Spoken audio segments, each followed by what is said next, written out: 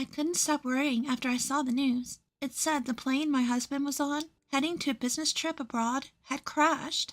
I tried calling him, but it wouldn't connect. Please, reply. Then, a casual message from my husband arrived. Just got here. I was so relieved, but that relief was short-lived, as the news reported right before my eyes. There are no survivors. What?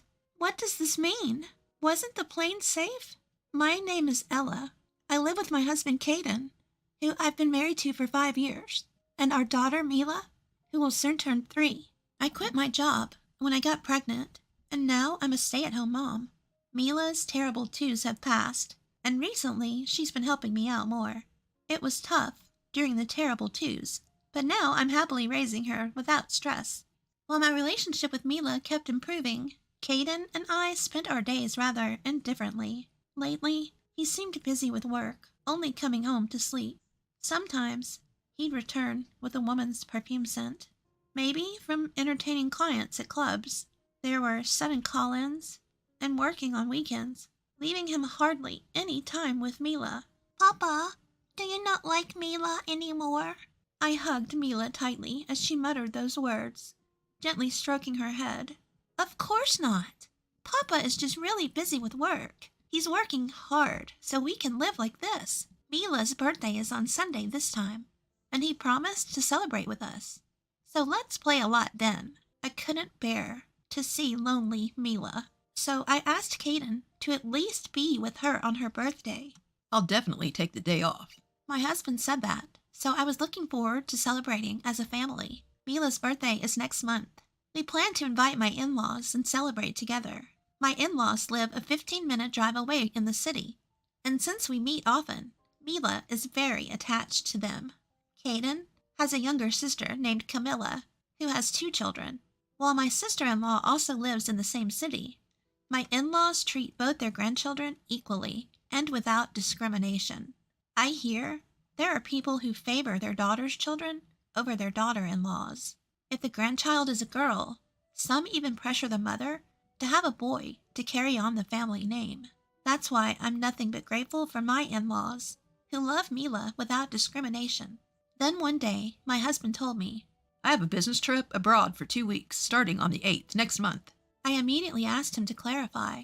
Wait, a business trip abroad? From the 8th for 2 weeks? Yes, to America. The flight will take more than half a day. As I looked at my husband, who seemed bothered, I couldn't hold back and confronted him. Hey, you know that Mila's birthday is on the 10th, right? We promised to celebrate together. I've already told her.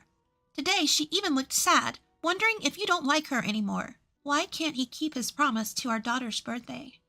Thinking about Mila's feelings is unbearable. I felt my blood boiling. I have no choice, it's work.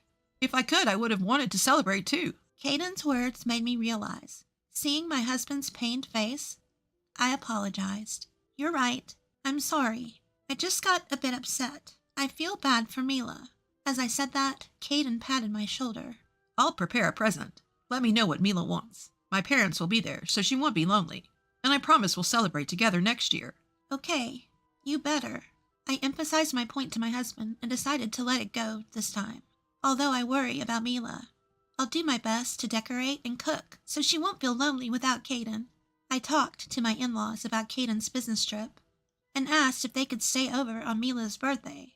And then, poor Caden, having a business trip on Mila's birthday. Leave it to us. We'll liven things up for her. Your father-in-law has already started preparing to stay over. My mother-in-law's response brightened my spirits. If this could make Mila happy, even just a little. The next day, I told my daughter about the overseas trip. As expected, Mila teared up, looking sad. But you know, Grandpa and Grandma will stay over for your birthday. I tried to sound cheerful, and in that moment, Mila's face brightened. It seemed to lift her spirits a bit. The day after Caden left for his business trip, my mother-in-law called. Ella, do you need anything for tomorrow? We've prepared a present and reserved a cake. But is there anything else you want? It must be hard preparing everything by yourself. If you need anything, just let us know. We'll come over early tomorrow. I was grateful for my mother-in-law's thoughtfulness and immediately thanked her. Thank you, mother-in-law. We just went shopping and picked out what Mila wants. We have decorations ready, too. so it's fine. Thank you for the present and cake. It's no problem. We enjoyed choosing them, too. Your father-in-law has been excited for a week already. I told him he's getting ahead of himself. Hearing my mother-in-law's words, I couldn't help but smile. I'm glad my in-laws are good people. Even without my husband, tomorrow should be a fun day. After chatting for a while, my mother-in-law changed the subject. By the way, has Caden arrived yet?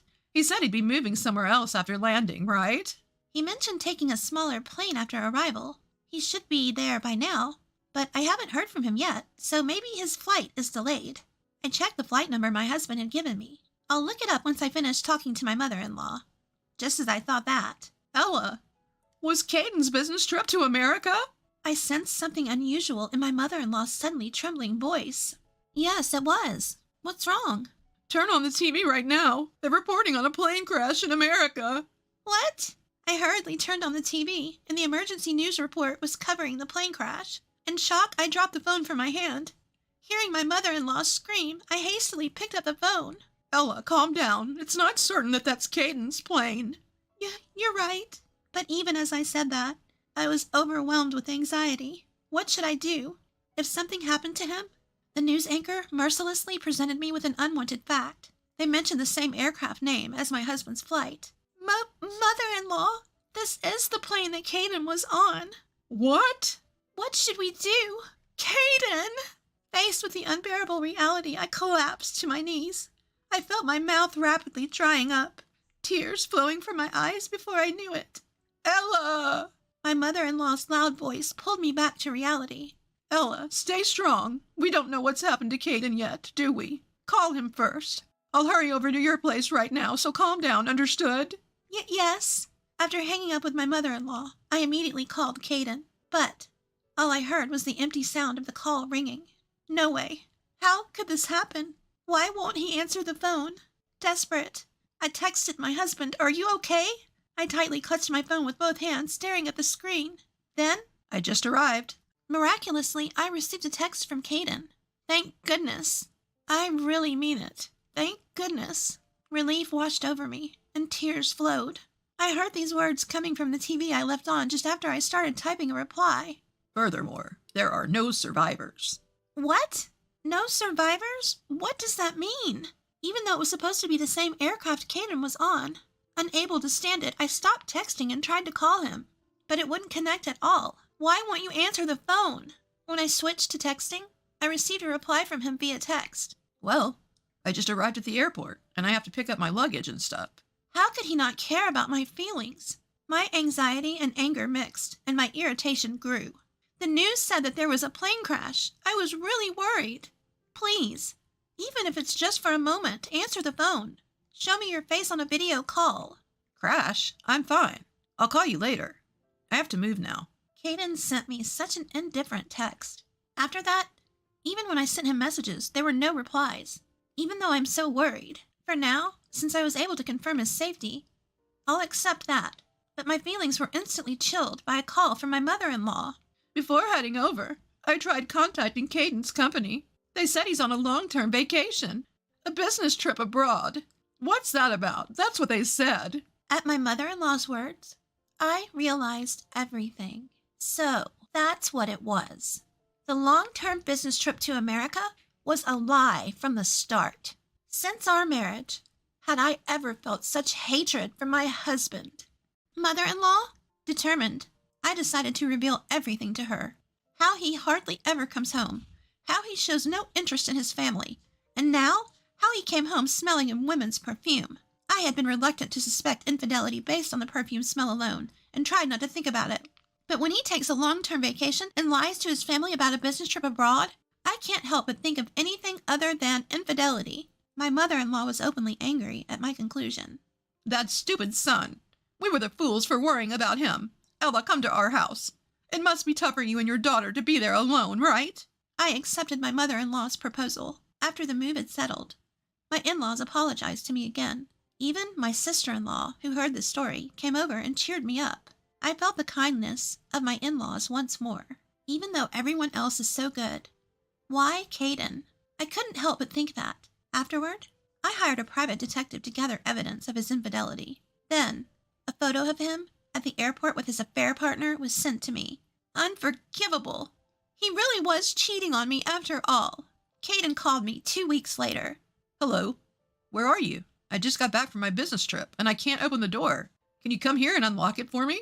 Thinking I hadn't noticed anything, my husband's voice was utterly indifferent. To him, I presented the harsh reality. Even if I went, I couldn't open it. I don't have the key. And even if I did, the old key should have already been replaced. Huh. Replaced? What do you mean? What are you talking about? You're Ella, right? I could clearly sense Caden's agitation through the phone. I moved out. I can't be a family with a cheating man who goes on a cheating trip on our daughter's birthday. What are you talking about? As my husband tried to play dumb, my anger surged. Do you think I don't know? I know everything. I know you took a long-term vacation from work and that you went to Europe, not America. Calm down, Ella. There must be some mistake. Oh, right. Mr. Cruz took a long-term vacation. Maybe you got me confused with him. Do you think you can fool me with that? You really underestimate me. Well, of course. You've been cheating while saying you had to work overtime and go to work on weekends? Unable to hold back, I raised my voice. In truth, I wanted to scold him more harshly.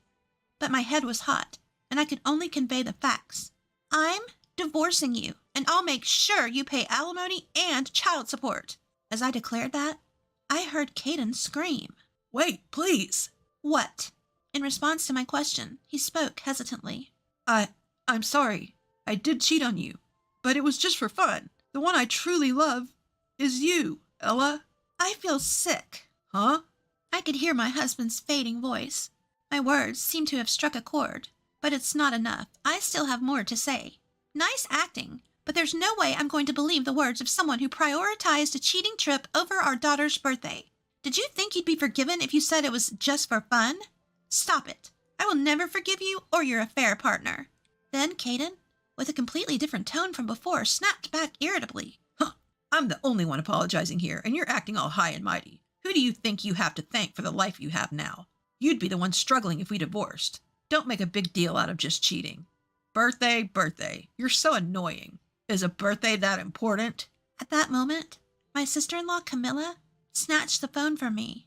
There's no way she'd want to be with someone who can't even cherish their own daughter's birthday. Huh? Camilla? Why are you with Ella? My husband seemed surprised by the sudden appearance of my sister-in-law. But that's not the end. There's still another surprise. I'm here too. Huh, Mom? I'm here too. And Dad too? I then revealed the truth to my husband.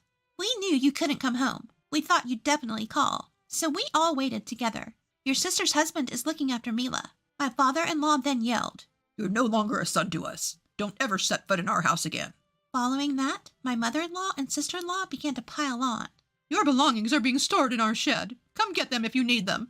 If you don't come by tomorrow, we'll throw away everything that's left. Big brother, what you're doing betraying Ella, filthy. The worst. Don't ever be involved with us again. Wait, everyone. I was wrong. It was just a moment of weakness. I'm sorry. Please don't say things like that. My husband seemed to be seriously hurt by my in-law's words. His trembling voice, on the verge of tears, tried desperately to cling to something, but no one was willing to forgive him. I yelled at him. It's unbearable to be cheated on because of a moment of weakness. You've been cheating for a long time and you're still lying.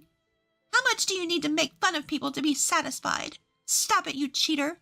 If you don't agree to the divorce, I'll take you to court. Then my husband panicked, saying, Please, no court. And agreed to the divorce without fuss. The next day, Caden appeared at my in-laws' house and prostrated himself at the entrance.